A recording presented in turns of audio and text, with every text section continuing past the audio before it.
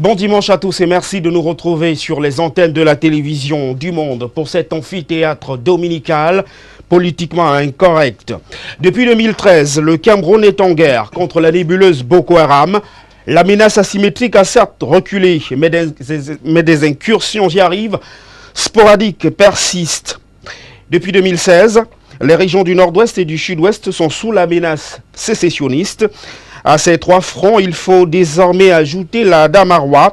La région du château d'eau du Cameroun est sous l'emprise depuis peu des ravisseurs.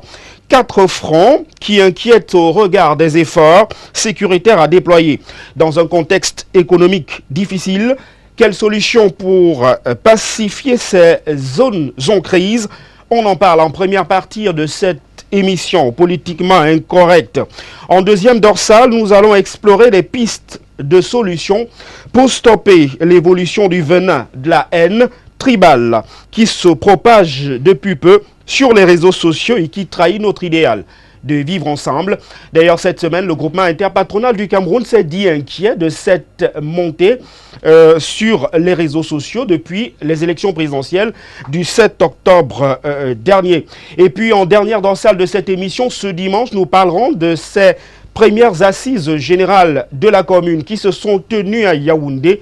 Ambition affichée, accélérer le processus de décentralisation inscrit dans la loi fondamentale du Cameroun depuis le 18 janvier 1996. Voilà les 3 thématiques retenues ce dimanche pour cet amphithéâtre dominical.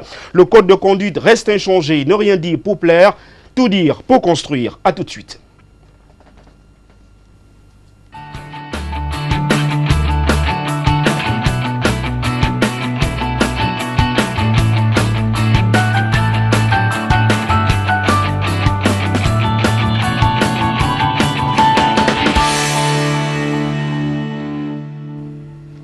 Le palais complet nous a donc rejoint ce dimanche pour cette émission. Je vais commencer par Monsieur Samuel Motte. Vous êtes cadre du Rassemblement démocratique du peuple camerounais. Merci d'être venu. J'imagine que c'est la première fois que vous acceptez notre invitation. C'est la première fois que j'ai du temps pour venir vous rencontrer. Merci pour l'invitation qui m'a été faite. Juste à proximité de vous, on a Léopold Djamé. Il est le président régional de la jeunesse présidentielle à la Presby, conseiller municipal dans la ville de Nkonsamba et grand conseiller de la communauté urbaine de Nkonsamba. Bon dimanche et merci d'être venu. Merci, bonjour à vos téléspectateurs. Juste à proximité de vous, le docteur Justin Aimé Fogom. Il est du Parti vert pour la démocratie au Cameroun. Docteur, merci d'être venu ce dimanche. Merci de cette invitation. Et je voulais dire que ce n'est pas la première fois. Nous sommes presque connus de la maison et nous sommes heureux que nos spectateurs, n'est-ce pas, nous soient réguliers.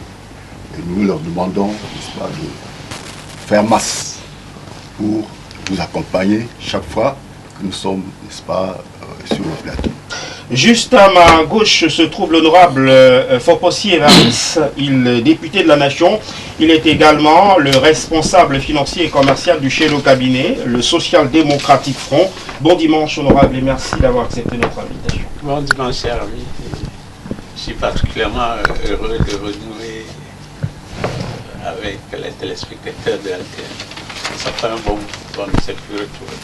Merci d'avoir accepté notre invitation ce dimanche. Juste à proximité de vous, on a le docteur Narcisse Koum. Il est stratégiste, consultant au sein d'un cabinet d'intelligence stratégique. Merci d'être venu ce dimanche, docteur. Merci, cher Yves, et merci pour la confiance renouvelée. Je salue les panélistes et je salue vos nombreux téléspectateurs. Et particulièrement à une téléspectatrice, ma maman, Madame Aimé Jacqueline, qui est certainement devant son petit écran. On va donc ouvrir les hostilités en rappelant que cette émission ce dimanche, comme tous les dimanches à Semel Interactivité, vos réactions seront donc recueillies par SMS au 695 38 79 46, 695 38 79 46 et par WhatsApp au 651 94 11 31, le 651 94 11 31. On va donc débuter cette phase d'échange et on va prendre les premières réactions d'abord avec vous, docteur Narcisse Koum.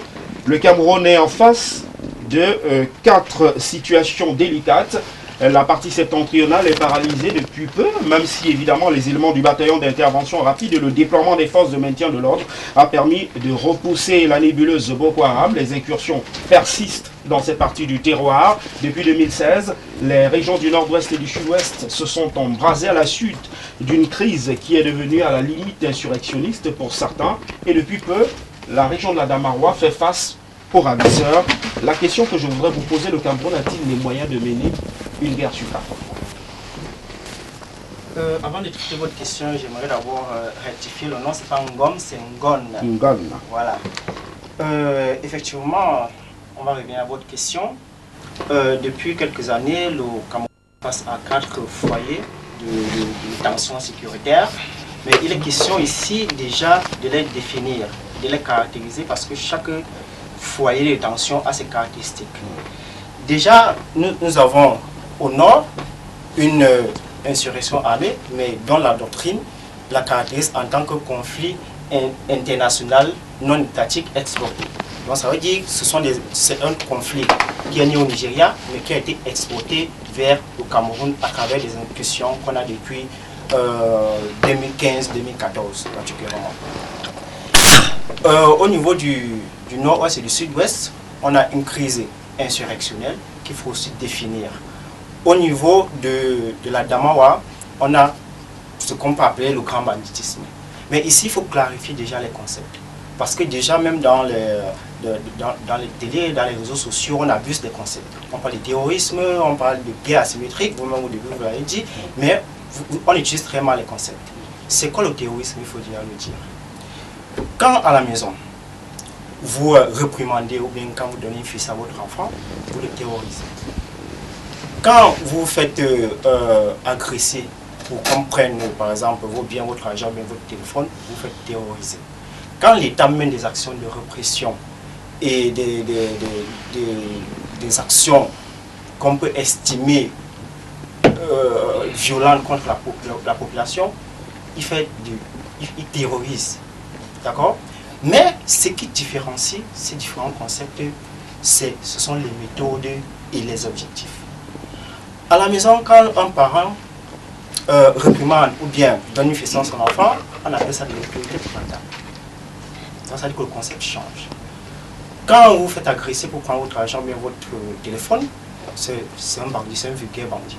Donc ça veut dire, en principe, pour ce qui est appliqué, dans ce cas-là, c'est le droit commun. Quand l'État terrorise, fait de la terreur sur les populations, là on parle d'une violence rationnelle qui part du contrat social. Donc ça veut dire que c'est accepté, c'est codifié et c'est légitime. D'accord? Maintenant, ce qui différencie ces différentes actions, par exemple ce qu'on a au nord avec Boko Haram, mais aussi ce qu'on a au nord-ouest et au sud-ouest, c'est l'illégitimité, parce que la société n'a pas de contrat social avec eux. D'accord? Et les actions qui sont menées sont perçues par la population comme des actions illégales, mais ces acteurs tentent de légitimer ces répressions-là par le fait qu'on a des problèmes de mauvaise gouvernance, etc.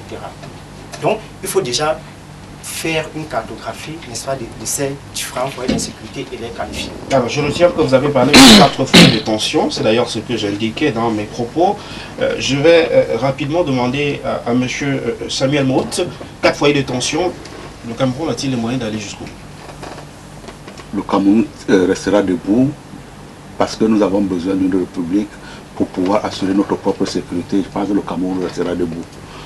C'est une malencontreuse coïncidence qui fait qu'aujourd'hui nous avons effectivement 4 foyers de tension, mais je pense que nous avons suffisamment d'énergie, pas l'État camerounais, mais les populations camerounaises ont suffisamment d'énergie et beaucoup de sens d'analyse pour pouvoir savoir que face à ces attaques-là multiples qui ne cessent de se multiplier, nous devons rester froids et nous devons tenir debout. Quand vous parlez des foyers de tension, moi je toujours dis aux gens, il a théorisé tout à l'heure la terreur, la notion de la terreur, mais là également, je pense que la société fonctionne en tenant compte qu'il y a un certain nombre de digues qui réglementent le fonctionnement de la société. La première digue notamment, c'est la digue sociale. C'est-à-dire que c'est à l'intérieur de cette digue-là que l'on peut énumérer un certain nombre, développer un certain nombre de concepts tels que la morale, l'éducation. Et lorsque vous avez dépassé cette première digue-là, il y a également une digue qui peut être envisagée au niveau du pouvoir judiciaire. C'est-à-dire que lorsque le foyer, puisque cette première digue-là, elle est faite au niveau familial, lorsque le foyer est débordé, lorsque l'école est débordée, on pense que l'administration judiciaire peut prendre le relais. Et lorsque l'administration judiciaire n'a pas pu prendre le relais, là également, on peut envisager également que l'État puisse intervenir. Quand vous entendez la plupart des analyses qui sont faites autour de cette erreur, très souvent, on a oublié que nous avons notre propre responsabilité. C'est-à-dire que c'est la société qui doit dire le vol, ce n'est pas une bonne chose. C'est la société qui doit dire tuer autrui, ce n'est pas une bonne chose. C'est la société qui doit condamner l'adultère.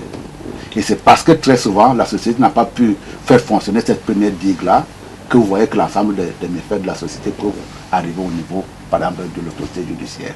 Et dans le cas de ce que vous avez énuméré, très souvent, j'ai eu l'impression que nous n'avons pas joué notre rôle. La société n'a pas joué son rôle. Parce que très souvent, lorsqu'il y a par exemple le foyer de Bamenda, on l'a encensé. Aujourd'hui, on se rend compte qu'on l'a encensé beaucoup plus en disant que on va voir effectivement ce serait un bon moyen pour mettre en échec le gouvernement de la République. Non, il s'agissait d'une interpellation qui concernait l'ensemble de la société.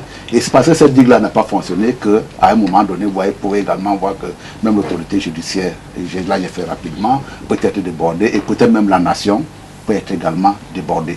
Il faut qu'on revienne à l'essentiel, ou vivre ensemble et que l'on reste fixé sur ces objectifs de développement qui doivent nous étreindre. Parce que plus vous voyez bien que plus les foyers de tension se multiplient, plus nos forces de sécurité sont mises à mal. Donc quand vous posez votre question malicieuse, est-ce que nous allons tenir? Oui, l'État doit tenir, la République doit rester debout pour pouvoir dire qu'il y a une autre forme de vie que l'on doit envisager quand on est dans une communauté.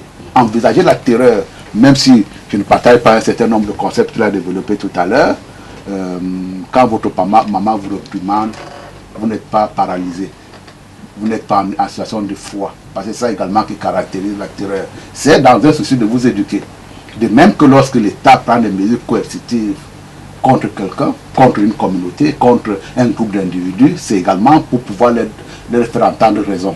Et pour cette raison-là, je souhaiterais que tous ensemble, au lieu de se réjouir des problèmes par-ci par-là en pensant que c'est le gouvernement uniquement qui est interpellé, vous voyez très bien que même les sommes d'argent qui sont investies dans le cadre de cette défense-là aujourd'hui, on peut bien les orienter ailleurs. Hein. Et donc ça, ce n'est pas encouragé du tout. Le combat politique doit être mené dans la sphère politique. Et dans le combat politique est nécessairement républicain, il ne se fait pas en prenant les armes. Honorable Fokosi Évariste, au niveau du social-démocratique front, quel est le regard qu'on jette sur la situation actuelle au Cameroun? 4 couches de tension désormais observées sur l'ensemble du triangle national. Le parti est-il inquiet?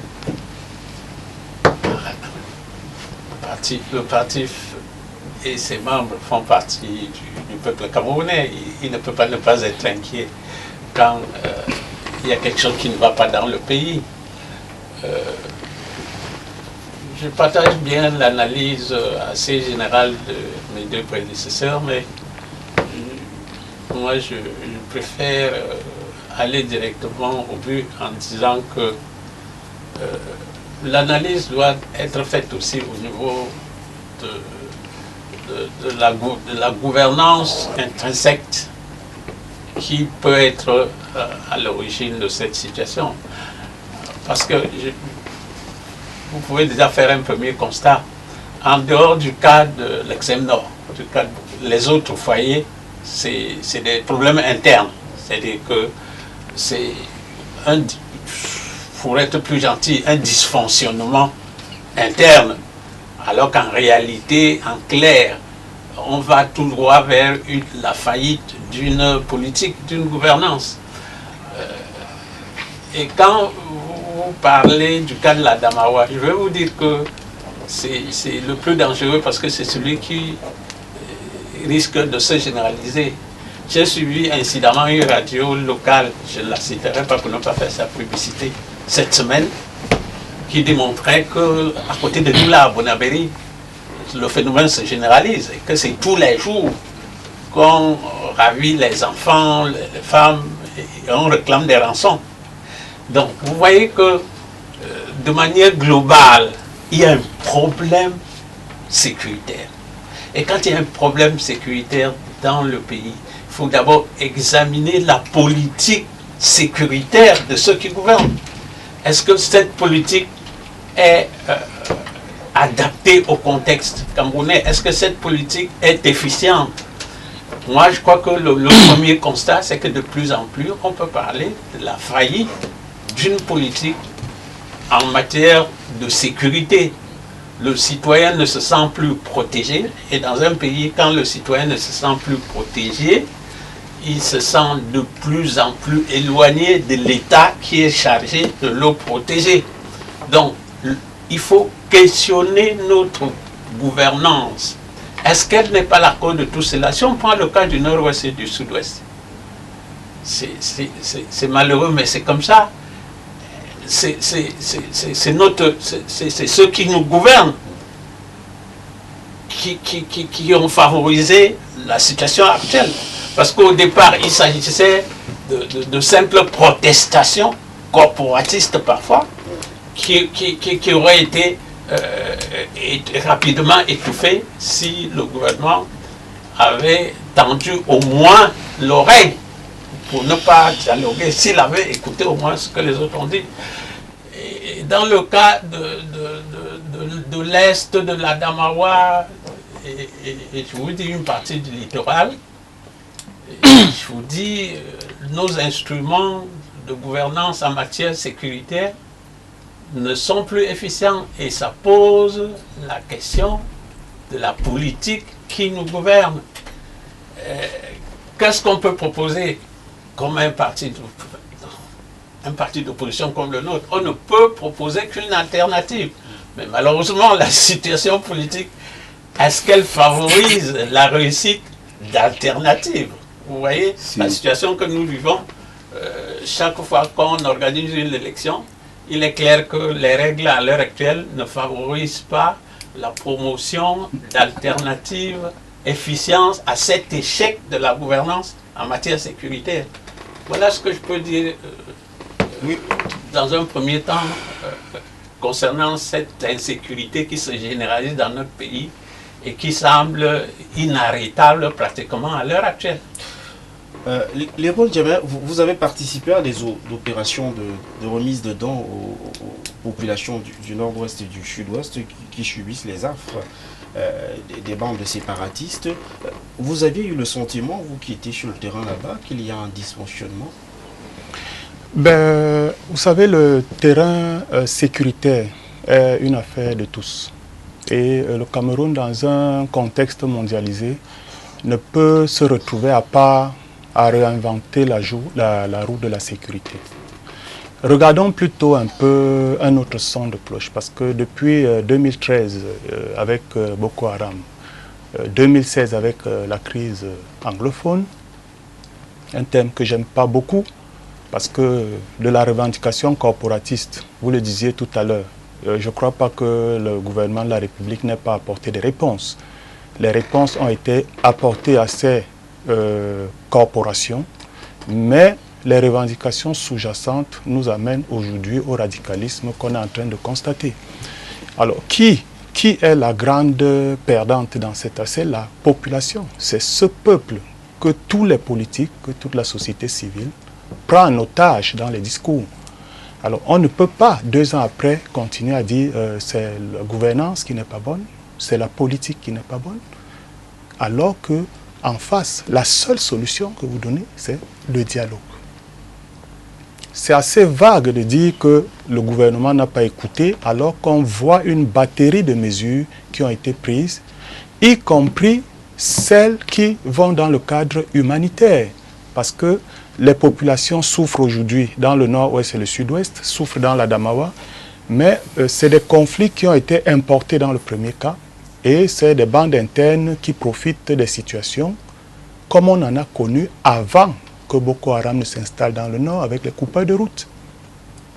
Aujourd'hui, les populations, le peuple pour qui tous ces gouvernants sont en train de travailler, pour qui tous ces partis d'opposition sont en train de se battre pour sauvegarder l'identité, sont aujourd'hui dans une crise sociale qui n'est plus celle du terrain politique. Effectivement, il faut y être, il faut être sur le terrain pour savoir que les gens souffrent, pour savoir que ce peuple que nous venons vanter ou utiliser sur les plateaux de télévision a des besoins de base que personne de nous ne regarde. Il y a plein de déplacés qu'on a pu observer de part et d'autre dans la République. C'est des personnes qui ont besoin d'une assistante et c'est aussi pour ça que ce soit les structures étatiques, que ce soit les bonnes volontés qui ont bien voulu, que ce soit les organismes partenaires sur le plan international, chacun à sa façon a donné un coup de pouce pour que cette population risque moins des effets de cette crise. Et particulièrement pour le nord-ouest et le sud-ouest, la situation est suffisamment grave pour qu'on arrête d'en parler en termes d'échec d'une politique. Je vais aller peut-être avec un autre son. Que veut la population? La population a besoin d'eau, la population a besoin de manger, la population a besoin de survivre. Mais dans le camp des gouvernants que tous les politiques semblent accabler aujourd'hui, on a des représentants de ces ethnies. Heureusement, on a un thème sur le côté ethnique. On a ces représentants qui font partie de la bande des personnes qu'on pourrait aujourd'hui indexer comme n'ayant rien fait pour leur peuple. Donc tout rejeter sur le gouvernement et particulièrement sur son chef, le président Paul Biya, c'est un peu trop facile parce qu'il y en a, et on les connaît, qui sont suffisamment riches, mais qui ne peuvent pas, à la limite, offrir un forage à leur village. Docteur Justin Mfogoum, tout à l'heure, la question qui a été adressée à Samuel Mout, de manière, dit-il, insidieuse, en réalité, c'était celle de savoir, on se souvient qu'avec la fameuse nébuleuse Boko Haram, il y a eu une contribution nationale, ce qu'on appelait l'effort de guerre à cette époque-là, pour soutenir l'élan des forces de défense déployées dans cette partie du terroir. On était donc en face d'une véritable bataille face à des personnes inconnues qui auraient trouvé refuge dans un pays voisin du Cameroun. La question de la capacité du pays à tenir face à ces 4 foyers de tension ne se pose-t-il pas au regard du contexte économique actuel? Merci, cher, de me passer la parole relative à ce problème qui se pose, le problème de sécurité. Vous avez parlé de 4 foyers. Moi, excusez-moi de dire qu'il y en a plus parce que quand on voit les ramifications dans la zone de l'Ouest, telles que les écoles qui sont brûlées à Babadjou, ou la poursuite et même, n'est-ce pas, le fait de tuer des individus sans aucun fondement, n'est-ce pas, nous porte à dire que le Cameroun, en principe, est en branle. Parce que si je pousse, n'est-ce pas, heureusement assez loin, s'il pouvait incorporer également l'Est qui était également exposé aux ex-Séléka, on veut dire que le Cameroun a des problèmes très sérieux. Je crois que, n'est-ce pas, invoquer ici la problème de gouvernance, n'est-ce pas, c'est ne pas être au fait de ce qui se passe. Parce que quand on vous attaque, vous n'avez rien à faire avec la gouvernance. N'est-ce pas, quand un peuple se soulève, n'est-ce pas, qui demande son indépendance, telle que ce que nous avons vu dans le nord et le sud-ouest, parlant de l'Ambazonie, on ne peut pas dire que c'est la faute du gouvernement. Quand vous savez que les problèmes viennent de l'extérieur et qu'il faille absolument trouver des solutions. Je crois qu'à ce moment-là, ce n'est plus le problème du gouvernement, c'est le problème du peuple, du Cameroun tout entier, qui doit se battre pour, n'est-ce pas, garder, n'est-ce pas, l'unicité du pays et l'unicité, n'est-ce pas, de ce peuple qui s'appelle le Cameroun. On ne saurait avoir un Cameroun ambazonien et un Cameroun, je ne sais pas, d'un autre côté, ou un Cameroun dit molaire. Non, le Cameroun est un, est indivisible. Et nous devons, pendant cette guerre-là, nous tenir derrière notre chef, c'est-à-dire le chef des armées, pour faire en sorte que ce problème soit résolu. Alors, vous allez me demander comment peut-on résoudre cette situation. Je me souvenir, n'est-ce pas, de la manière dont le maquis a été, n'est-ce pas, chassé dans l'Ouest dans les années 60. Parce qu'à l'époque... Est-ce qu'on a affaire à la même situation? Oui, surtout quand il faut parler de l'Ambazonie. Et il faut, à tous les niveaux, n'est-ce pas, interpeller les chefs des villages. La digue sociale. Voilà. Il faut les interpeller. Eux, ils connaissent qui fait quoi. Et à ce niveau, on doit effectivement mettre en place un commando, des commandos dans les commandos internes, c'est-à-dire les enfants du coin formés, n'est-ce pas, comme les agents, comme le BIR et tout, pour mettre la paix dans la région. Quand on vient de l'extérieur, on ne maîtrise pas le territoire. Quand l'armée, n'est-ce pas, descend, l'armée n'a pas, a une carte, certes, mais l'armée ne maîtrise pas les points les plus Donc cachés. il faut intensifier les rapports entre l'armée et les populations locales. Tout à fait. Docteur Nassis, cette semaine, la presse nous a appris que le département d'État américain a décidé de réduire de manière considérable l'aide militaire au Cameroun. Est-ce un bon ou un très mauvais indicateur? Écoutez, vous allez me permettre d'abord de revenir sur la question du terrorisme, parce que je n'ai pas fini mon argumentaire. Allez-y. Déjà, ce que j'essaie de démontrer, c'est que le terrorisme est une méthode d'action. On ne peut pas combattre une méthode d'action.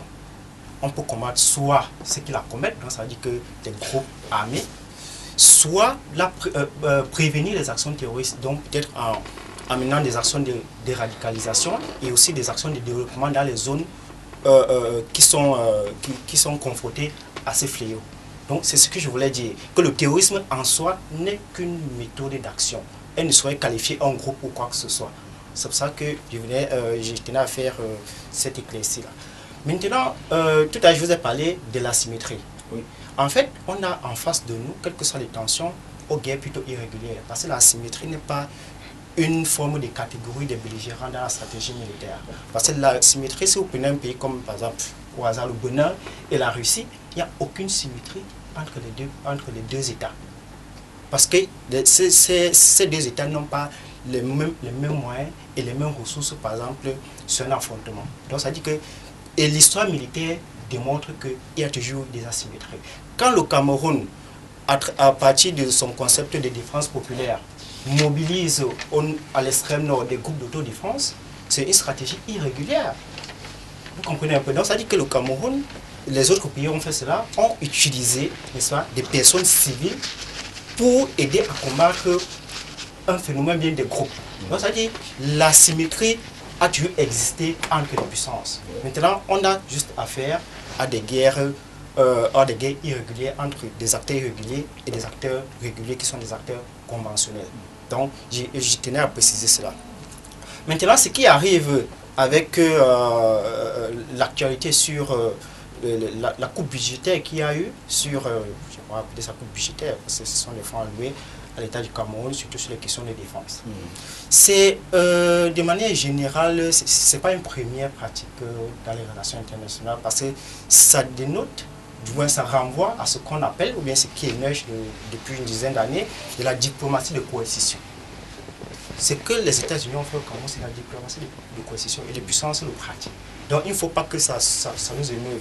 Et ils ont justifié ça, notamment peut-être par des actions à la violation des droits humains. Tout ça, c'est des pratiques. Peut-être la question mériterait peut-être d'être approfondie dans le cadre d'une conférence ou bien donc comme elle sera dans les instituts de relations internationales ou des facultés. Donc, ceci n'est qu'une action diplomatique, mais une action diplomatique de coercition. Parce que les actions diplomatiques de coercition ne sont pas seulement militaires, elles peuvent être économiques, financières.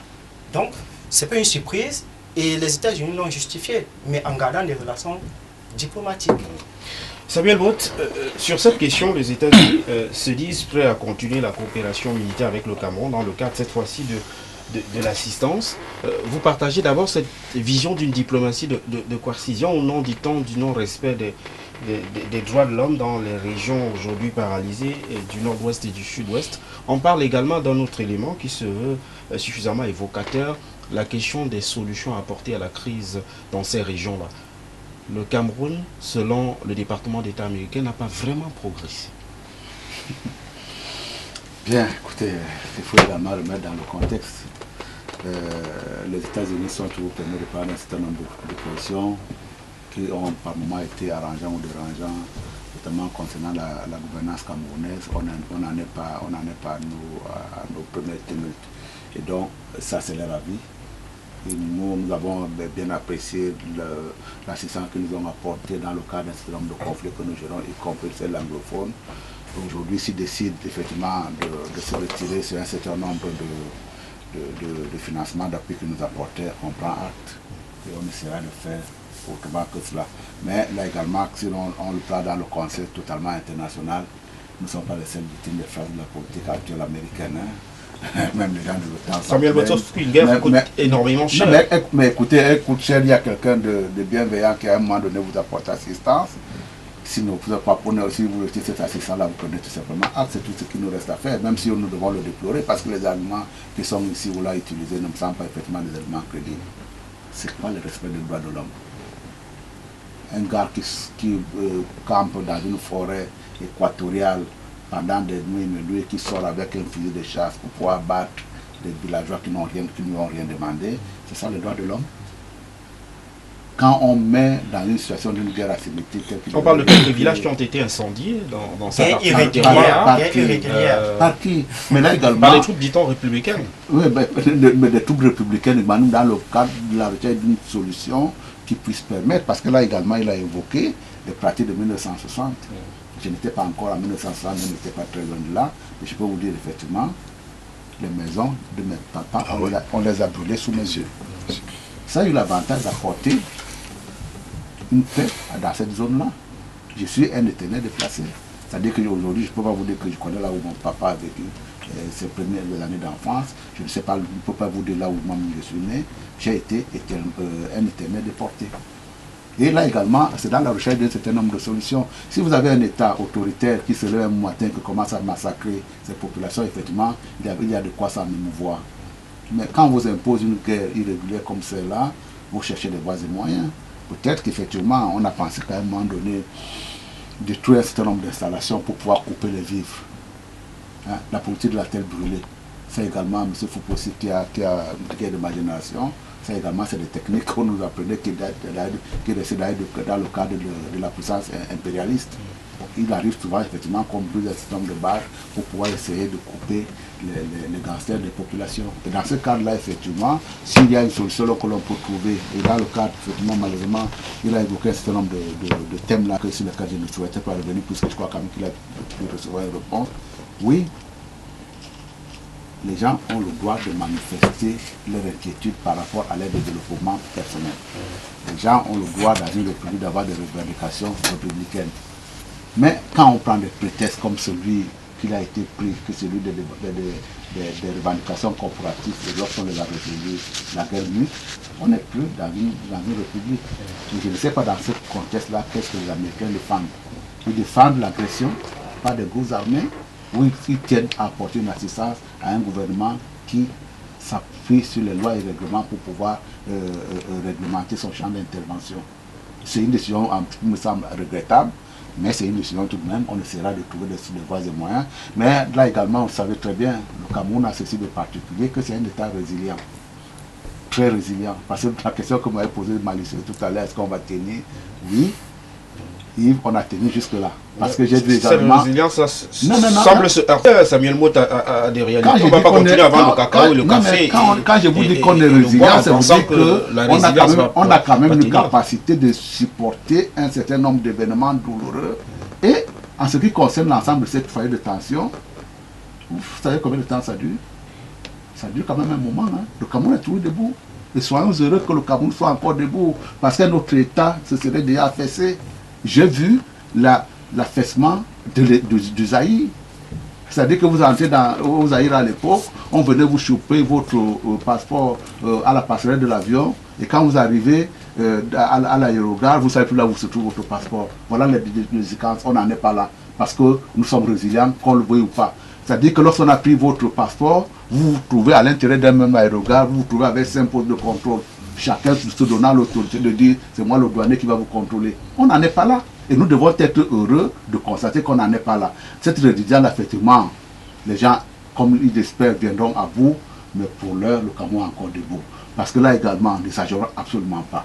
La crise de l'extrême nord était une crise frontale. Vous voyez bien que c'est un grand pays comme le Nigeria, ça les a mis en mal. Ils ont été très contents d'avoir l'appui également, l'appui et la coopération du Cameroun. Comme pour dire que la coopération ne vient pas notamment de l'Occident, ils ont été bien contents d'avoir la coopération du Cameroun et du Tchad. Ça a été une crise frontale. C'est l'anglophone, elle n'est pas moins frontale non plus. Mais le gouvernement est résilient, la République tout entière est résiliente, et nous pensons qu'effectivement, il arrivera un moment donné où les choses vont s'apaiser. Et d'ailleurs, je crois d'ailleurs qu'en ce qui concerne le Nord-Ouest, les choses s'apaisent. Nous ne donnons pas également beaucoup d'écho à ce qui se passe dans la Damawa, puisque les médias sont en entreprise, parce que dans ce cas également les médias véhiculent, il ne faut pas véhiculer la sinistrose, il ne faut pas être trop alarmiste. Honorable Foupoussi disait tout à l'heure, même à Bonabéry, on kidnappe les gens, mais il est de la même génération que moi. Le phénomène est sono, il ne date pas d'hier. C'est-à-dire qu'il y avait des gangs qui s'étaient formés à Douala, qui vous kidnappaient, qui vous volaient, qui vous rançonnaient. On a la République est venue à l'histoire d'opération commando qui a fait qu'on a eu des dames par exemple sur les fusées de Bépanda. Ça ne date que de maintenant. Vous avez vu la marque que nous avons travaillé. La République, elle est résiliente. Elle est résiliente et nous devons tout faire pour apporter chacun à son niveau une contribution pour qu'elle continue à être résiliente. Et écoutez, Yves, le jour où la République finit, nous-mêmes, notre existence peut être remise en cause. Ce truc-là, ce qu'on appelle la République, c'est le seul bouclier que nous avons en tant qu'individu, en tant que citoyen. Si nous commençons à bafouer la République, nous-mêmes, notre existence est mise à mal. Honorable Évariste Foupoussi, en 2013, on parlait de Boko Haram avec une certaine intensité, mais on avait constaté que l'opération d'enlèvement était également récurrent dans cette partie du terroir-là. Il y a eu des rançons qui ont été à un moment donné payées pour ce qui concerne notamment quelques otages qui avaient été pris dans les parcs de Ouaza, etc., etc. Il y a des cas comme cela. La Damawa semble également prêter le flanc à cette pratique-là. Je voudrais vous poser cette question parce que tout à l'heure, Samuel Mott parlait de la fameuse digue sociale. Est-ce qu'on peut imaginer qu'il y ait des complicités internes? Est-ce que c'est des pratiques qui tendent à se répandre au nom d'une activité pernicieuse et économique entretenue par des personnes papillons? Mon cher Yves, je te rappelle simplement que dans une vie en communauté, quand l'autorité de l'État est ébranlée ou quand on ne sent pas l'autorité de l'État, il faut s'attendre à des dérives du genre que vous appelez des complicités. Pour moi, c'est des dérives d'une absence de politique sécuritaire efficiente. Et je suis peiné. Est-ce que c'est seulement la sécurité, honorable? C'est un problème. On a quand même c'est un problème. En dehors, je vous dis, en dehors de Boko Haram, en dehors de Boko Haram, nulle part, nous ne faisons victime d'une attaque extérieure. Il n'y a que le cas de Boko Haram. Tout le reste, c'est la déliquescence de notre système interne qui laisse fuiter tous ces dérapages. Donc, j'ai dit que je suis peiné de voir des généralisations du genre où quelqu'un compare ce qui se passe au nord-ouest à ce qui se passait ici, quand la plupart n'étaient même pas encore indépendants, ce qu'on peut appeler la guerre d'indépendance, sans toutefois expliquer que ces gens n'étaient pas des fous, sauf s'il veut insinuer que les Camerounais de l'époque qui se sont retrouvés dans cette situation et qui ont été tués en masse, gazés, brûlés. J'ai été victime, j'ai des parents qui sont morts. Alors, s'il faut supposer qu'ils étaient des idiots, sinon, il faut quand même se dire que c'était des gens qui exprimaient une volonté à l'époque. Pourquoi ils se sont retrouvés là? Tout simplement parce qu'ils ont eu la machine dans une société où le dialogue était interdit, où le débat démocratique était interdit. Les colons français ne voulaient rien entendre. Ils ne voulaient pas qu'on entende autre chose. Attends, je continue s'il te plaît. C'est encore le cas là, non. Justement. Non. Justement, et c'est là où je dis que c'est trop simpliste. Parce que ce qui se passe au nord-ouest, si le gouvernement avait été ouvert, si le gouvernement s'était retourné vers ceux qui se plaignaient, vous leur dites, venez me dire de quoi vous vous plaignez, on n'en serait pas arrivé là. Et puis, la guerre qu'il y a là-bas, ce n'est pas la même, ce n'est pas la guerre asymétrique dont parlait mon voisin, non. C'est une guerre classique, donc on a affaire à une guerre civile. On a deux camps connus, on a deux armées connues. On a affaire à une guerre civile. Et dès qu'on arrive à la guerre civile, ça veut dire que ceux qui gouvernent ont échoué, messieurs. Ils refusent de dialoguer avec leur peuple. Et il a parlé aussi d'une autre notion, l'unité nationale et l'unicité. Cher ami, tout le monde veut l'unité nationale. Je vous cite un pays où l'unité nationale est la notion la plus sacrée, c'est les États-Unis. Mais ne parle pas d'unicité, c'est le pays le plus décentralisé au monde, mais où tu trouves le plus de drapeaux au kilomètre. Donc, quand on est dans une société plurielle comme la nôtre, quand on a l'ambition d'être dans une démocratie, on ne peut pas croire que tout se règle au canon. Il faut être à l'écoute des gens, de ceux qui sont mécontents. Regardez les gilets jaunes en France. On leur tire pas dessus au canon. Ça fait des mois qu'ils sont dans la route. On dialogue. Chez nous, laisse-moi finir. Chez nous, les gouvernants refusent tout dialogue. Et on va tout droit vers la généralisation, parce que ce qui s'est passé avec les marches du MRC, c'est pas mon parti, c'est un autre parti. La manière dont on gère un problème comme celui-là, on est en train d'ouvrir d'autres fronts. Parce qu'on refuse de dialoguer. Vous parlez de la République. Il n'y a pas de République qui vaille sans un consensus général, sans une vision démocratique de la gestion des hommes. Sinon, ce serait une République à la belle marque. Oui, on va revenir vers vous, Par conséquent, je dis que quand il y a un problème comme celui-là, un problème d'insécurité dans le pays, la première chose à questionner, c'est la politique sécuritaire. Elle a failli, elle a échoué, et comme le régime bloque toute possibilité d'alternative, on est sûr d'aller vers l'aggravation de la situation. C'est dommage pour le peuple, mais tant que la situation n'est pas politiquement débloquée, je ne vois pas où on peut trouver des solutions à cette situation d'insécurité généralisée. Honorable Samuel Mout, vous souhaitez dire un mot parce que... Je souhaitais dire un mot parce que je ne suis pas voulu rentrer dans le canevas de l'honorable proposé tout à l'heure. Il faut me rentrer dans l'histoire de jeu démocratique, d'alternance. Je voulais poser la question, mais tout de même, s'il doit faire un argument. Alternative. Je vais parler d'alternative. Attention, je sais de quoi je parle. Ok. S'il veut en faire un thème de campagne, il n'y a pas de campagne pour le moment. Attendez, s'il veut en faire un thème de campagne, il doit effectivement en faire un thème. C'est la réalité. Et vous voyez très bien que quand il dit qu'il faut en faire un thème de campagne, l'insécurité a été théorisée dans tous d'autres pays, par d'autres présidents, dans un environnement totalement démocratique. S'il va en faire un thème de campagne, on pourra en discuter le moment venu, mais également quand il prend des points d'alternative et puis des points de consensus, de loi consensuelle. Qu'est-ce qui fait l'alternance ou l'alternative à l'intérêt d'un pays. C'est le corps social tout simplement. Ce n'est pas une histoire qui n'est pas exclusivement des gouvernants. Malgré toutes les critiques dont on a couvert l'ensemble des organismes qui étaient en charge d'organiser une élection quelque part dans un pays voisin, vous voyez très bien que le score au sortir des urnes n'a pas été celui que Poposi aurait souhaité pour pouvoir m'accabler encore de critiques. Et quand je parle d'un pays voisin, je parle bien de la RDC. Bien sûr.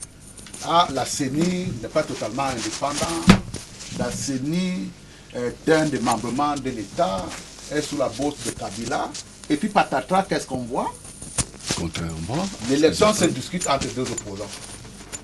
Ce qui veut dire effectivement que lorsqu'on n'a pas pu faire quelque chose, on veut le mettre sous le dos de quelqu'un d'autre. Si les opposants au Cameroun, l'opposition de manière générale, n'a pas pu faire passer l'idée dans le corps social d'une alternance et d'une alternative possible, ce n'est pas de la faute aux lois, ce n'est pas la faute à Ilekam, ce n'est pas la faute au gouvernement. C'est tout simplement qu'ils n'ont pas été à la mesure. Et lorsqu'on a effectivement essayé de trouver cette alternative par la voie républicaine et démocratique, on prend les armes. Contre qui nous luttons aujourd'hui dans les zones du nord et du sud-ouest?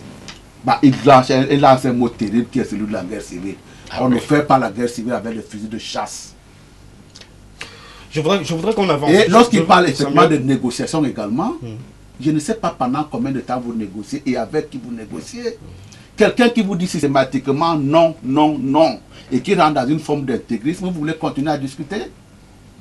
Et vous voyez que là également, pas plus tard qu'à la fin de l'année, là, il y a des propositions fortes d'avancées considérables qui ont été mises sur la table par le gouvernement de la République, par le président de la République, en disant nous vous donnons la paix si jamais volontairement vous abandonnez ce chemin-là qui n'est pas le bon chemin pour la nation camerounaise. Et qu'est-ce que j'entends encore? Des républicains sur le plateau commencent à dire on ne les écoute pas. Pendant combien de temps vous voulez discuter avec des gens qui ne veulent absolument pas entendre? Moi je n'ai pas envie d'aller dans une discussion, on me dit systématiquement non. Alphonse, j'aimerais qu'on sorte de ce sujet en évoquant quelques pistes de solutions. On a fait un diagnostic de la situation, on a théorisé les types de terreur qu'on enregistre dans ces différents foyers-là. Mais quelles sont les solutions à préconiser véritablement face à ces actes que tout le monde souhaite voir dissipés? C'est assez regrettable de savoir que les politiques qui sont à l'origine de toute cette querelle ne soient pas également capables de proposer des alternatives que la population pourrait facilement digérer. C'est des crises qui sont nées politiquement, qui attendent des réponses politiques qu'on est justement en train d'implémenter, mais visiblement, pour les autres, ça ne marchera que quand une tête sera tombée, celle du président Paul Biya. C'est pour ça qu'on n'écoute plus rien et on ne veut même pas mettre en lumière les avancées qui sont enregistrées, que ce soit en termes de dialogue, que ce soit en termes de résolution profonde des motifs de la crise. Sur la crise Boko Haram, nous savons très bien qu'elle ne venait pas de chez nous. Mais vous ne pouvez pas quand même imaginer que notre cher Cameroun, qui est affectueusement appelé l'Afrique en miniature, qui est sur le plan géostratégique, sur le plan des ressources du sol et du sous-sol, qui est aujourd'hui la source de toutes les convoitises, vous ne pouvez quand même pas imaginer qu'on ait de la paix. Parce qu'il y a un problème d'insécurité qui ne vient pas du Cameroun, qui vient du fait que la mondialisation et la recherche du contrôle des ressources peut nous amener, qu'on le veuille ou pas, dans des situations de crise comme celle que nous vivons. Donc, l'une des premières solutions que nous avons, c'est que le peuple camerounais commence à tirer exemple de ce qui se passe ailleurs.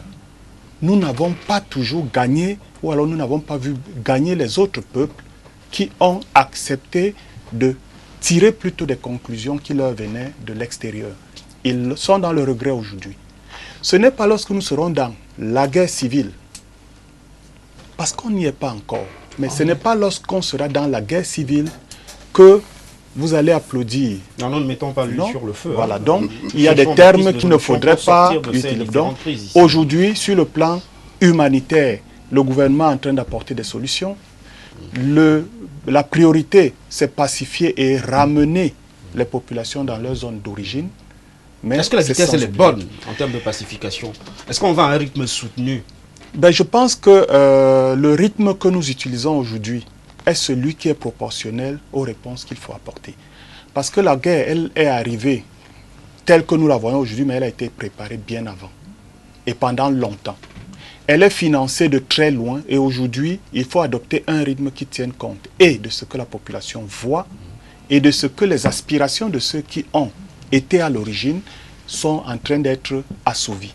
Donc nous pouvons y aller au rythme qui est imprimé en ce moment, en espérant que nous y arriverons bientôt. Je rappelle au téléspectateur, je ne prends malheureusement pas d'appel. Je vais évacuer vos SMS tout à l'heure. Je vois que le sujet vous passionne énormément. Je vais d'abord demander au docteur Justin Aimé Fogom de réagir.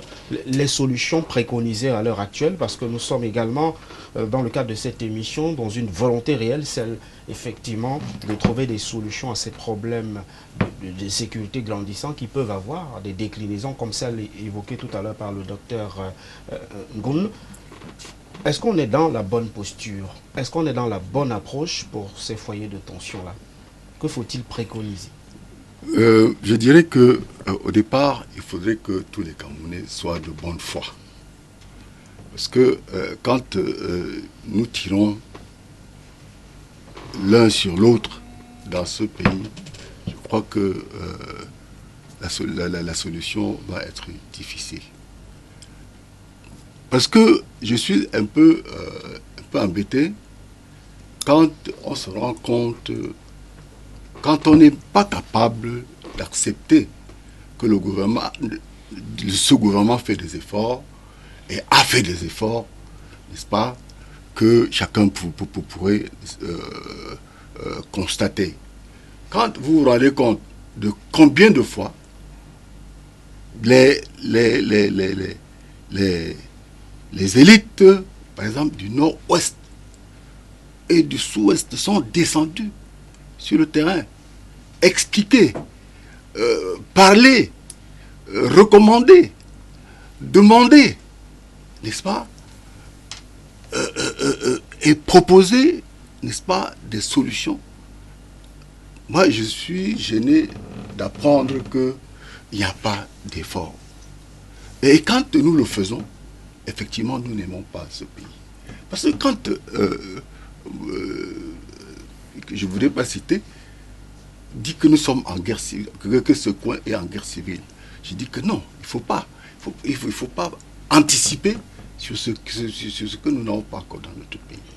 On est en voie, on continue, n'est-ce pas? Qui n'est d'ailleurs pas souhaitable. Hein? Je sais c'est bien ce que je veux dire. Jusque-là, le gouvernement ne baisse pas de main, dans la mesure où, vous savez, comme disait mon voisin, on a apporté des solutions humanitaires. Mais il faudrait que les gens acceptent, n'est-ce pas, cette pratique. Parce que lorsqu'on parle de dialogue, au fait, de quoi s'agit-il? On doit dialoguer avec qui? Qui est qui, n'est-ce pas, dans la crise nord-ouest-sud-ouest? Il y a effectivement des gars qui sont, comme disait tout monsieur, qui ont des fusils de chasse, n'est-ce pas, des fusils de chasse contre quelqu'un qui vient avec des chars. Et nous avons constaté, et nous avons entendu, nous avons suivi, n'est-ce pas, ces mêmes gens, n'est-ce pas, se plaindre de ce que ils ne reçoivent plus ce qu'on leur envoie, n'est-ce pas, de l'extérieur. Donc ça veut dire que nous soyons d'accord que, n'est-ce pas, cette guerre ne vient pas de nous, ça vient de l'extérieur. Et alors, comment faut-il faire pour apporter une solution, n'est-ce pas, à cet épineux problème. Moi, je crois que il faut, comme j'ai dit tout à l'heure, que nous soyons d'accord sur un certain nombre de principes. Commencer à accepter le pouvoir en place. Comme il a dit tout à l'heure, chacun ou beaucoup pensent que ce n'est qu'avec le départ du président Biya que la solution va se trouver. Moi, je dis non. Le problème n'est pas le départ du président Biya. Le problème est ailleurs. Le problème, c'est dans le vivre ensemble. Le problème, c'est que chaque Camerounais soit capable de manger un bout de pain le matin. Le problème, c'est que chaque Camerounais soit capable d'aller se faire soigner à l'hôpital. Le problème, c'est que chaque Camerounais, n'est-ce pas, soit capable d'aller à l'école. Mais malheureusement, on brûle. Et ces écoles, on brûle les infrastructures, on brûle les hôpitaux, on brûle, n'est-ce pas, tout ce qui peut, n'est-ce pas, être reconnu comme, n'est-ce pas. Qui brûle, docteur? Dites-nous qui brûle. Si vous êtes si sûr de vous, mais qui vous, brûle? vous n'allez... Bon, donc déjà là, il y a vous n'allez pas dire que... Non, mais je vous pose la question. C'est les Camerounais qui mais c'est des Camerounais. C'est les Camerounais mécontents qui brûlent parce qu'ils sont soutenus de l'extérieur. Parce que le terme Ambazonie ne veut rien dire. Qui brûle là-bas? Bon. Ceux qui brûlent sont ceux-là qui sont montés de toutes pièces par... Même par certains, n'est-ce pas, Camerounais de notre bord. Parce que je me souviens un jour, le président de l'Assemblée a dit ceci: le Boko Haram est parmi nous. C'était peut-être une métaphore, parce que par la suite, il n'est plus jamais revenu sur ces propos-là. Mais restons vraiment sur les pistes de solution. Voilà. Le plus important. Le Cameroun tient véritablement à la paix. Hein, ça, c'est un nous tenons à la paix. Et ce qu'on doit faire, c'est de se mettre ensemble. Se mettre ensemble pour trouver ces solutions. Se mettre ensemble pour proposer. Parce que la solution ne viendra pas seulement du gouvernement. Les partis politiques peuvent faire des propositions. Les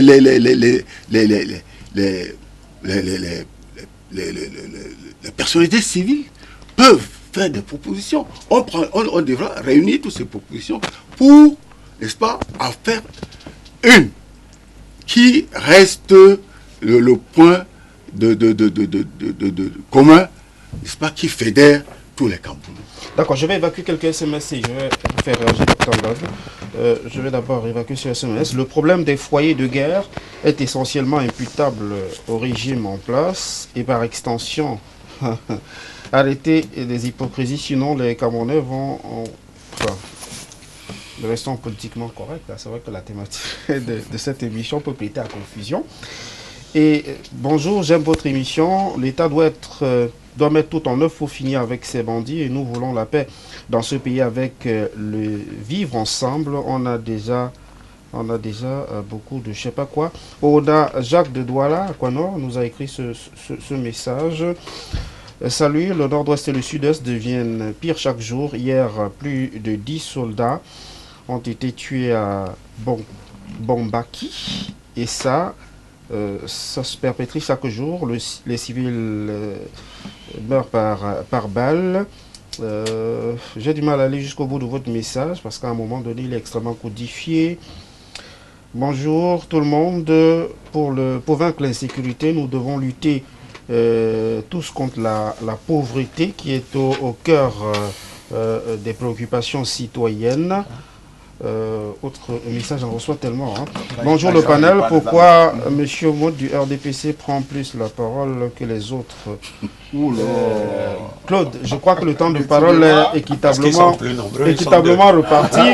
Bonjour, le gouvernement en place est trop ignorant parce que ce qui n'écoute personne. Si vous ne signez pas vos messages, je ne vais pas les évacuer. Hein. C'est aussi important d'assumer ce que vous dites. Très bonne émission, mais redresser l'honorable aux idées séparatistes, un véritable frondeur, fauteur de troubles. Non. C'est vrai que rapidement, il a été recadré. Bonjour, c'est une ambiance de fin de règne. Alors, vraiment, j'ai même du mal à aller jusqu'au bout parce qu'en même temps, vous envoyez des appels. Là. Je vais les évacuer autant que faire se peut pour contenter les téléspectateurs qui nous suivent. Docteur Ngono va sortir rapidement de ce sujet pour aborder la deuxième thématique. Vraiment, en un mot, quelles solutions, les solutions préconisées, c'est le stratégiste que j'interpelle là. Les solutions sont-elles bonnes, efficaces, faut-il les renforcer? Écoutez, il faut d'abord dire, je me rappelle de cette citation de Napoléon Bonaparte qui disait il y a deux puissances qui existent, c'est-à-dire il y a l'esprit et le sabre. Deux armes en fait, pas les deux armes, mais à la fin c'est l'esprit qui gagne. Et de nos jours, la plupart des conflits sont totalement people-centrés. Ça veut dire que les conflits c'est au sein de la population. Et la population qui est en même temps le cadre, l'enjeu et l'acteur. Ce qui fait que les gouvernements, les acteurs doivent mettre sur pied des politiques de conquête du cœur et des esprits. Donc ça veut dire en menant des actions civiles auprès des populations. Je vois que déjà il y a eu la mise sur pied par le gouvernement d'un programme humanitaire spécial qui est envers les populations, notamment du nord et du sud-ouest. Mais c'est un comité de désarmement qui a d'ailleurs également pris le relais. Oui, qui est venu juste après, mais on avait d'abord un programme humanitaire qui a été... effectivement, de construction des justement, régions. Ce sont des programmes comme ça qui doivent être accentués pour pacifier la zone, parce que ce sont des populations. Et vous allez vous rendre compte qu'il y a une vidéo d'un nouveau groupe sécessionniste qui est né et qui mène des actions psychologiques. Donc ça veut dire ils font des discours, ils disent aux populations, bon voilà, ils justifient leur action, et ils leur disent que bon, on va respecter les droits de l'homme, etc. Et ça rentre dans les consciences. Il faudrait aussi que ce soit fait dans les deux camps, parce que ce sont des acteurs... Gagner la bataille de la communication. Gagner la bataille de la communication.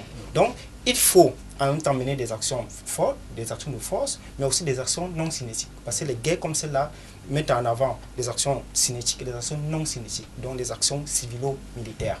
Et quand on revient, parce que je n'ai pas pu le détailler ici, mais quand j'ai parlé des 4 foyers de tension, il fallait hiérarchiser. Vraiment, quand on parle de ce qui se passe à Damara, c'est vraiment pas très important parce que ce sont des questions de grand banditisme et que la police nationale peut gérer. Mais maintenant, il y a un problème qui se pose à ce niveau parce qu'effectivement, le Cameroun n'a que 5 régions militaires. Et il y a une région militaire qui de la Damara et du Nord qui en principe devrait assurer la sécurité. Mais on se rend compte que le contingent qui est parti plutôt de Yaoundé. Donc ça veut dire qu'il faut un renforcement. Au moins, on doit avoir 10 régions militaires en principe. Peut-être pour cause de faute de moyens. Pour faute de moyens, on a 5. Mais il faut au moins que ces 5-là soient suffisamment renforcés pour assurer la sécurité des personnes et des biens. Donc, pour revenir au foyer le plus important, qui est celui du Nord et du Sud, il faut mener des actions cinétiques, aussi des actions non cinétiques. Donc, ça veut dire aller conquérir les cœurs et les esprits de ces populations-là. Parce que c'est ce que les autres font. Très bien, j'évacue rapidement ces SMS. On va aborder la deuxième thématique. Bonjour à vous en studio, c'est Paulin depuis Bafoussam. J'apprécie beaucoup le papa avec le chapeau. Il a vraiment de bonnes idées, de mon avis. Ces problèmes ont des solutions. Merci et bonne journée. CPDM Party government does listen to subjection for anybody. To me, Akbar Mala and others have subject, but they don't want it because that thinks they are from idea in right. Military breaking in student hotel to them is normal. Is Joël Sobouya, vous allez peut-être réagir. Bonjour, Paul de Limbé, le monsieur qui parle de guerre civile est de ceux qui veulent... Ah, écoutez, personne ne veut la guerre. Personne ne veut la guerre au Cameroun, rassurez-vous. Hein. Personne ici, en tout cas, n'en veut vraiment.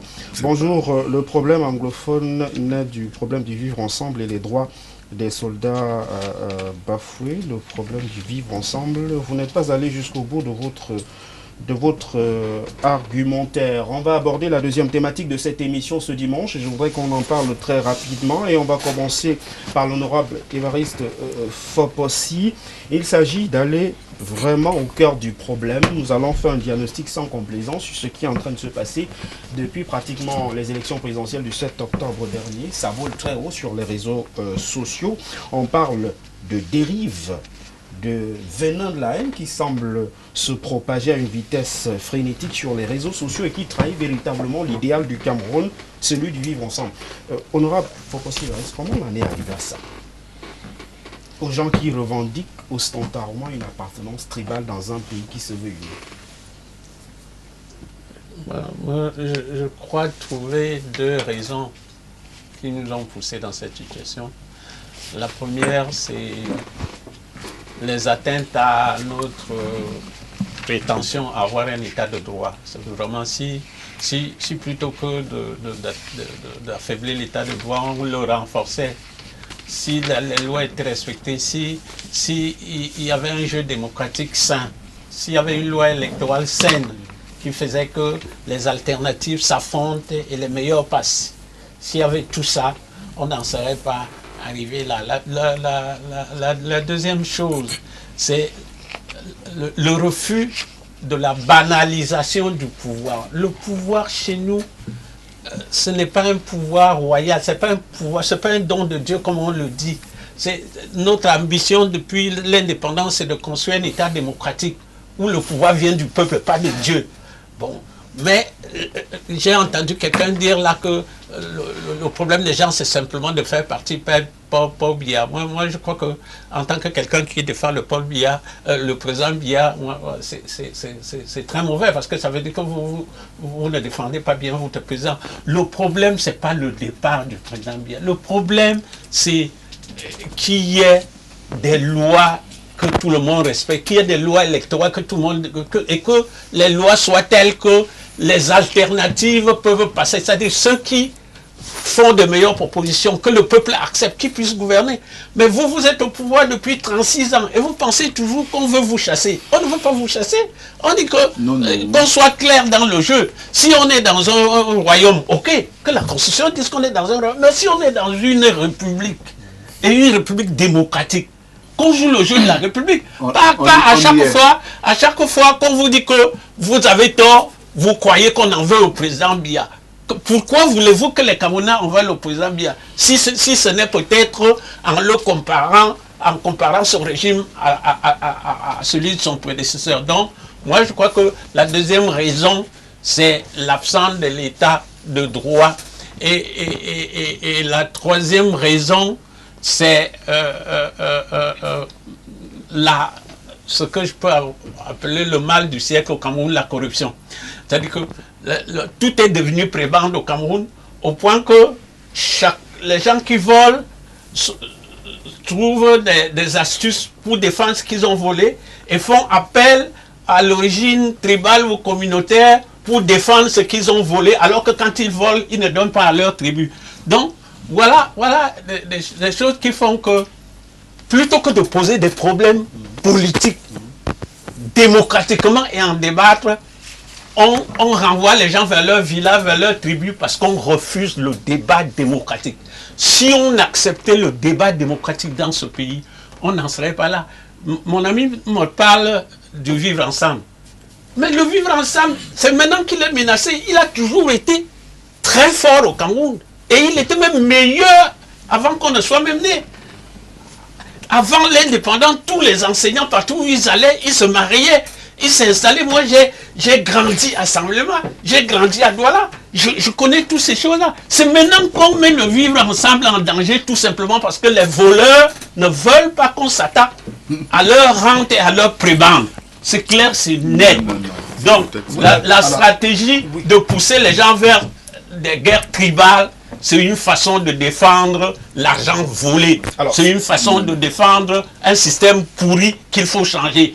Mais comme vous bloquez le jeu démocratique, vous ne voulez pas que votre système change, donc vous pensez que toute attaque contre le système, c'est une attaque en votre personne, en la personne de votre président. Ce n'est pas le cas. Les Camerounais ne demandent rien de particulier au président Biya. Samuel Motte, sur ce sujet, j'ai précisé qu'on ne prendra pas des gants, hein, parce que on est parti du repli identitaire à des véritables appels à la haine tribale sur les réseaux sociaux. Le JICAM s'en inquiète de plus en plus. Honorable Samuel Motte, est-ce qu'on est en face d'un projet génocidaire qui couvre depuis quelques années? Non, pas du tout. Mais il n'y aura pas de génocide au Cameroun, je l'affirme. Je ne suis peut-être pas prophète, je ne suis pas un spécialiste de la prédiction, mais il n'y aura pas de guerre civile au Cameroun, et tant mieux comme ça. Quand je dis le Cameroun, c'est un État résilient, cette révision-là également, même si elle est mise à rude de preuve, on la prouvera qu'on est un cas résilient. Tout à l'heure, vous avez clôturé le président en disant comment est-ce qu'on fait pour en sortir. Il faut sortir du communautarisme. Et je ne parle pas de communautarisme aujourd'hui parce qu'il y a eu une élection le 7 octobre. Vous savez, à l'époque, je disais aux gens, attendez, cette histoire d'anglophonie, francophonie qu'on a créée, c'est effectivement, peut-être pas pour chasser le président de la République parce qu'il dit qu'il ne faut pas qu'on envisage les choses de cette façon-là, c'est peut-être une forme d'alternance que l'on veut cultiver en s'appuyant sur un certain nombre de concepts comme cela, mais vous allez voir, ces concepts-là vont se retourner contre leurs initiateurs. Je suis au regret de constater que la candidature d'Akeremou n'a pas prospéré parce qu'elle avait au départ une assise communautaire, parce que le pari que je prenais à l'époque c'était de dire le jour où un anglophone veut être président de la République, les francophones se souviendront qu'il est d'abord anglophone. La candidature a fait pchit. Le score également de Yossouaa aussi n'a pas été fameux par rapport. Vous pouvez dire que nous avons connu à l'époque, il y a d'autres raisons endogènes également qu'il faut aller peut-être chercher, mais je constate effectivement qu'elle a également fait pchit. C'est le communautarisme. Et j'ai cette campagne-là, puisque j'en ai été un acteur, même si je n'étais pas candidat moi-même, je l'ai suivi de bout en bout. Quand on demande à un certain nombre de personnes de condamner cette dérive-là, la réponse est le déni. Le déni que de dire non, mais c'est des gens qui prennent des pseudos pour attaquer les autres communautés. On commence déjà premièrement par condamner. Parce que je peux vous assurer, moi aussi je ne suis pas sur Facebook comme on a interdit, mais je suis sur WhatsApp par exemple. Et sur WhatsApp on n'a pas de pseudo. Quand ton frère il te parle, tu as son numéro de téléphone, tu le connais, tu sais qui il est. Mais il y a une libération de la parole tribale telle que les gens se sentent autorisés de dire n'importe quoi. Et quand on dit aux responsables de premier ordre de condamner, ils disent non, non, non, c'est pas nous. C'est des gens qui prennent des pseudos. Donc c'est forcément le camp d'en face qui se maquille en gens qui sont censés être de notre appartenance, qui font véhiculer ce ça c'est totalement désastreux. Le repli tribal également, c'est de dire effectivement qu'on pense qu'on peut faire une candidature sur la base d'une communauté et que pour cette raison-là, on ne se sent pas en mesure de condamner des gens qui autour de soi véhiculent ce genre de propos parce qu'on va en faire un argument électoral par la suite. J'ai suivi un candidat, je vais revenir là-dessus. Dans une interview, cet enregistrement il est fait. Il vous dit, en 1987, le Cameroun a accepté d'aller au FMI parce qu'on n'a pas voulu utiliser l'épargne de la communauté la plus riche du Cameroun. Ça, c'est des propos éminemment condamnables.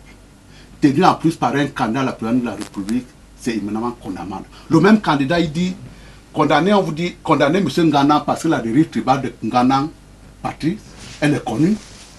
Ah non, non, moi je ne peux pas le condamner parce que premièrement, il n'est pas candidat à la présidence de la République. Deuxièmement, c'est un jeune collègue à moi, et de toutes les façons, ce n'est pas mes affaires. Ça, c'est quand même terrible. Hein?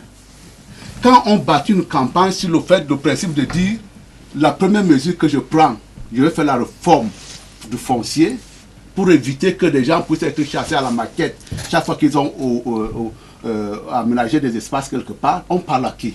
On parle, je suis désolé, on parle à une communauté et c'est parce qu'on pense qu'on va tirer ses ressorts, son ressort électoral d'une communauté. Je peux vous citer plein d'autres exemples. Les histoires d'autochtonie, allogénie, effectivement, on peut en parler si on veut envisager le vivre ensemble. Mais s'attaquer à des piliers de notre République, qui est celui par exemple de l'équilibre régional, je pense que c'est insensé. Et ce n'est pas le genre de campagne que l'on doit mener si on veut fédérer. L'histoire de, écoutez, s'il y a un concours pour devenir petit, moi je souhaiterais passer ce concours-là, c'est une phrase stigmatisante. Et lorsque vous avez collectionné ce genre de choses, aujourd'hui j'entends qu'on veut couper la langue au ministre Momo. Non, il y a un certain nombre de choses qu'il faut décrier. Si ce truc-là et l'ensemble de ces propos-là que je viens de vous lister sont tenus par Kamto Maurice, professeur, ils sont éminemment condamnables. Et lorsque vous avez effectivement des gens qui ne sont pas en responsabilité, qui s'engouffrent dans une affaire, dans une sphère comme celle-là, imaginez ce que ça peut donner. Aujourd'hui, je suis au regret de constater qu'effectivement, la communauté a pris le dessus sur la vie politique. Moi, en ce qui me concerne, je suis largement d'une minorité et mon ressort ne serait jamais à ce niveau. Et je souhaiterais également que pour ce qui est de la République de demain, que l'on oublie tout ça J'ai des atomes crochés avec Honorable aussi. Quand on commence nos débats télévisés, elles sont chaudes comme elles sont chaudes, mais lorsqu'on danse dans la rue, on sait qu'on est des frères et des sœurs. Mais cette histoire-là de penser qu'effectivement on peut s'accrocher, même si on s'en défend, on peut s'accrocher sur une communauté pour pouvoir avoir, je ne sais pas moi, une aventure personnelle, ça me semble totalement regrettable. Et je conseille également, moi j'ai fait tout le temps, quitte à avoir des ennemis, je contredis frontalement des amis qui ne sont pas de ma communauté et qui ont ces rang-là. Et je leur dis, avec moi, à vos côtés, ça ne se passera pas comme ça. Et si vous ne voulez pas que ça continue à se faire, effectivement, il faut que l'on soit en éveil. C'est-à-dire que l'on puisse canaliser les gens qui ont tendance à déborder, que les gens qui veulent avoir une carrière politique, un avenir politique au Cameroun également le condamnent de manière ferme, pas en déniant comme je l'ai constaté pendant cette période-là. Très bien. Léopold Gémin, faut-il renforcer le cadre normatif sur le tribalisme?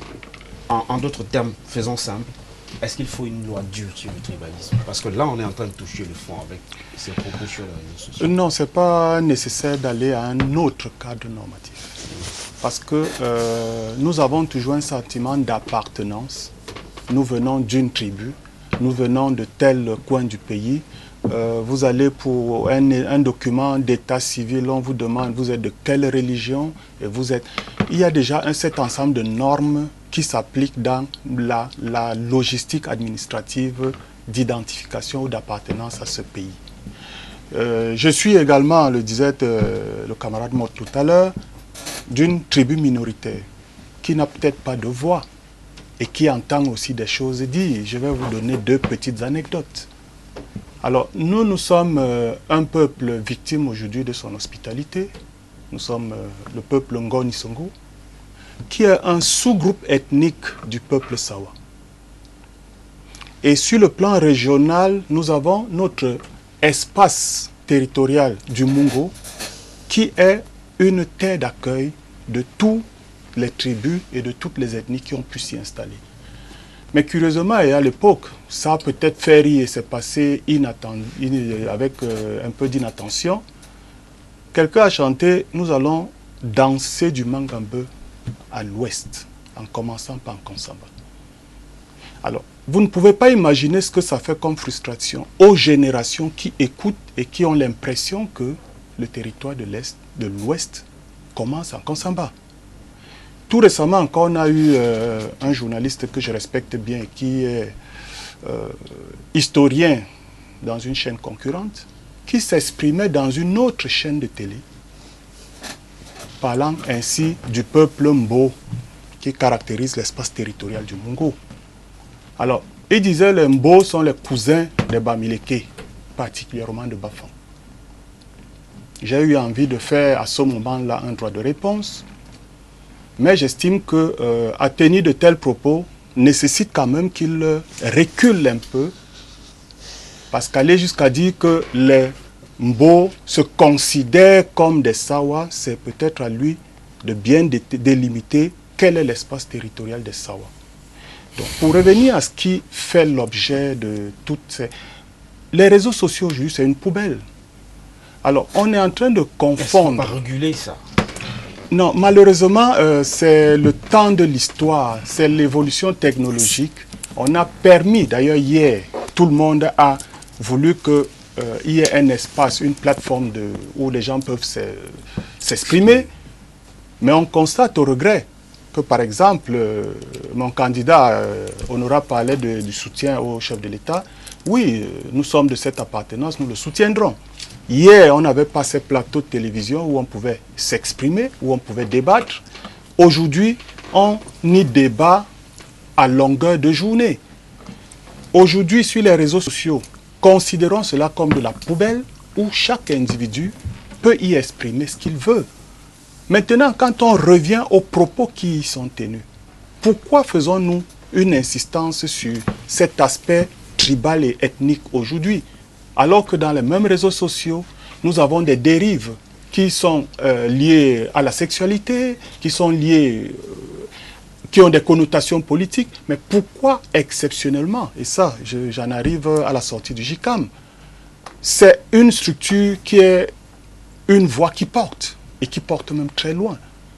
Mais qu'un communiqué issu d'un conseil d'administration fasse état de ces dérives-là, ça doit nous interpeller. Et en particulier les propres membres du JICAM, parce que c'est à eux que ce communiqué s'adresse. Ouais. Aujourd'hui, nous avons la ferme conviction que ce qui se passe sur les réseaux sociaux, c'est des plateformes de manipulation, mais les Camerounais aujourd'hui savent aussi, comme sur le plan international, ce que c'est que les réseaux sociaux, comment est-ce qu'il faut traiter ces informations, et dans tous les cas, ça se lit sur la toile, mais c'est nous, médias, hommes politiques, société civile, qui amplifions tel ou tel événement, et c'est notre choix. On pourrait choisir de ne pas en parler, et peut-être que ça ne ferait pas le même écho. Docteur Justin Mefogoum, il faut consolider le vivre ensemble face à cette dérive observée sur les réseaux sociaux. Oui, comme vient de dire mon voisin, je pense que ce n'est pas une mauvaise chose, n'est-ce pas, d'apprendre à lire dans sa poubelle. Parce que de cette poubelle, n'est-ce pas, on ressort certaines vérités qui apparemment n'étaient pas dites plus haut. Et il faut le savoir, parce que quand on a pris connaissance de cela, peut-être pourrait-on mieux se comporter. Bien. Il va s'agir ici, par exemple, de revenir un peu. Je ne dirais pas que je vais commenter les propos du ministre. Mais je veux quand même m'en inspirer pour dire que il n'a fait que dire ce que beaucoup de Camerounais ont l'habitude de dire.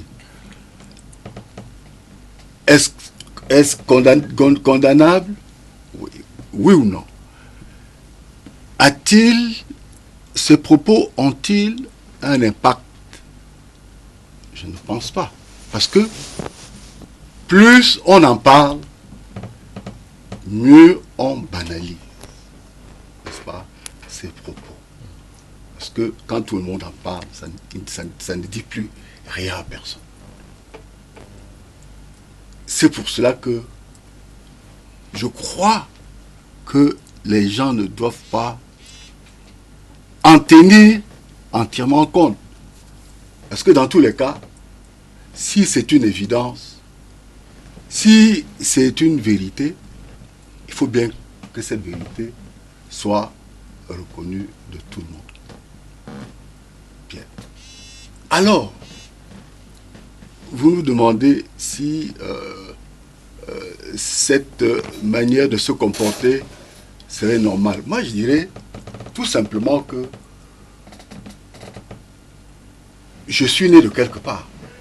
Et je ne saurais nier que je suis de ce coin-là. Je le resterai, puisque dans tous les cas au Cameroun, on vous enterre chez vous. Pour ceux qui ont un espace quelque part, on vous enterre là où vous êtes né. Donc, je ne peux pas, nous ne prenons pas ça, si vous voulez expliquer. Nous, au Parti Vert, nous ne prenons pas ça comme un cas. Nous le banalisons et nous considérons cela comme une poubelle sociale. Docteur Narcisse Ngono, on va sortir avec vous et avec vous on va certainement évoquer qu'il faut stopper véritablement cette fameuse dérive-là. Il y a des inquiétudes qui ont été formulées par plus d'un autour de ce plateau. Comment on stoppe ça, puisque le Cameroun a ceci de particulier, c'est un modèle en matière d'exogamie depuis plusieurs années. Comment on stoppe ça? Écoutez, d'abord, je vais m'inscrire en faux par rapport à ce que le prédécesseur a dit tout à l'heure, qu'il faut en parler. Parce qu'en fait, il ne faut pas en parler. Parce que vous avez des gens, vous avez des générations, vous avez des enfants, des femmes et autres qui intègrent ces données-là. vous savez, avec l'essor des nouvelles technologies de la communication et de l'information, il y a une discipline qui est née, celle de la sociologie des médias. Et lors, dans les recherches de ces disciplines, on a divisé, il y a 2 camps qui sont opposés. Le camp de ceux qui disent qu'il y a une influence puissante des médias sur les personnes, sur les populations, mais l'autre qui relativise cela. Or, les premiers partaient de 2 modèles.